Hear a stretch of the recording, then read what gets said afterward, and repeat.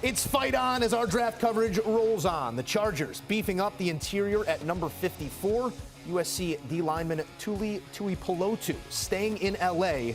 The unanimous All-American earned Pac-12 Defensive Player of the Year honors by living in opposing backfields. Back in studio with the guys.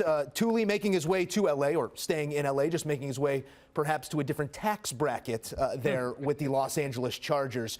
A long lineage of interior defensive linemen coming out of that program. Now he is a Charger. What does he do for that defense day one? Yeah, I think immediately he does help in the passing game. I think the biggest question is he a defensive tackle? Is he a five technique, or is he a defensive end?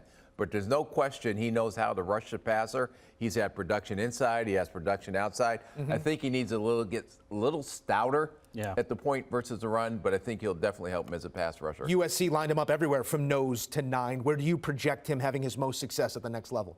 That's the thing we have to wait and figure out, right? He was listed at 290 in the program. He measured 266, and I think that's where teams are going to have to figure out what do the Chargers want to do. They needed help on the edge for sure. He reminds me a little bit of Drake Jackson's former teammate in that he's just scratching the surface on how big he can be. He can add 10 or 15 pounds, and what his role will look like in the future. I think the physicality is there. We talked to him at the Combine, and he's very serious about football, and it feels like much like Drake Jackson, much like Lucas Van Ness, George Karlaftis, his best football could be in front of him, but the physical tools are there. A powerful piece joining the interior for the Chargers. And the numbers, they do not lie.